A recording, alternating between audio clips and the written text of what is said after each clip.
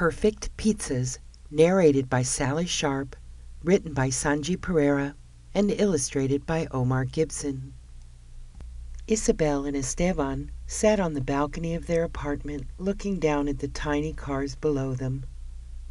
"Sorry, kids," Father said in a loud voice as he put on his coat. "Even with all my hours at the pizza restaurant, the bank of Dad is still low. Now do your homework, and I'll see you when I get home." As the door closed behind him, Esteban and Isabel let out a big sigh. For weeks now, the kids at school had been talking about the field trip.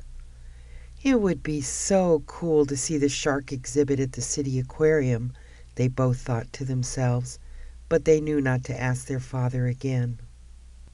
Suddenly, a smile spread across Esteban's face. "I have the perfect idea. Come on," he exclaimed, walking quickly to the kitchen. Isabel was not far behind him. Isabel watched Esteban grab one of Father's big bowls and begin mixing some flour and water together. She caught on quickly and rolled up her sleeves to pitch in and help. Soon they had 6 small balls of dough. "Perfect," they nodded to each other in unison. "We'd better get our homework done before Father gets home," said Isabel. "No problem. It'll take a while before the dough is ready anyways," answered Esteban. Within a few hours their homework was done, and they were back in the kitchen, flattening the dough balls into pancake shapes. The fun part was next. They spread tomato sauce over the flattened out dough and sprinkled mozzarella cheese over it. Then they plunked the remaining ingredients on top. Soon the mushroom, pepperoni, and sausage pizzas were ready for the oven. Just as the pizzas were ready to come out of the oven, the phone rang. It was their neighbor, Mr. Khan.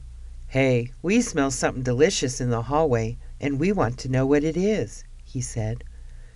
"Well, we're making special pizzas to raise money for our school field trip. Would you like to pre-order some?" Esteban asked in his most grown-up voice. "Sure. In fact, you've got 4 sold already. The Gibson family wants some pizza too," Mr. Khan replied enthusiastically.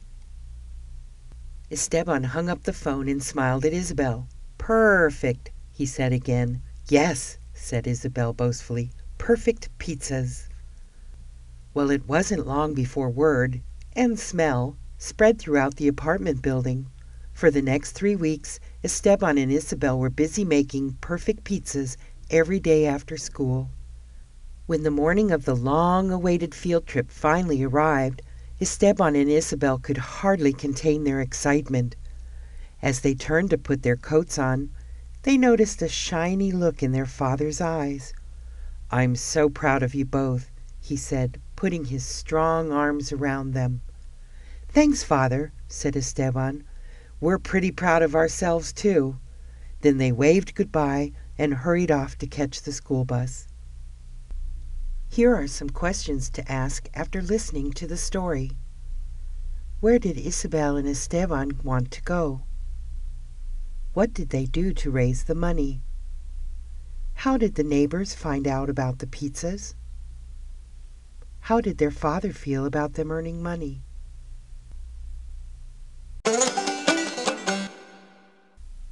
If you like our stories, please leave a 5-star review on iTunes. For more stories, go to smarttutor.com.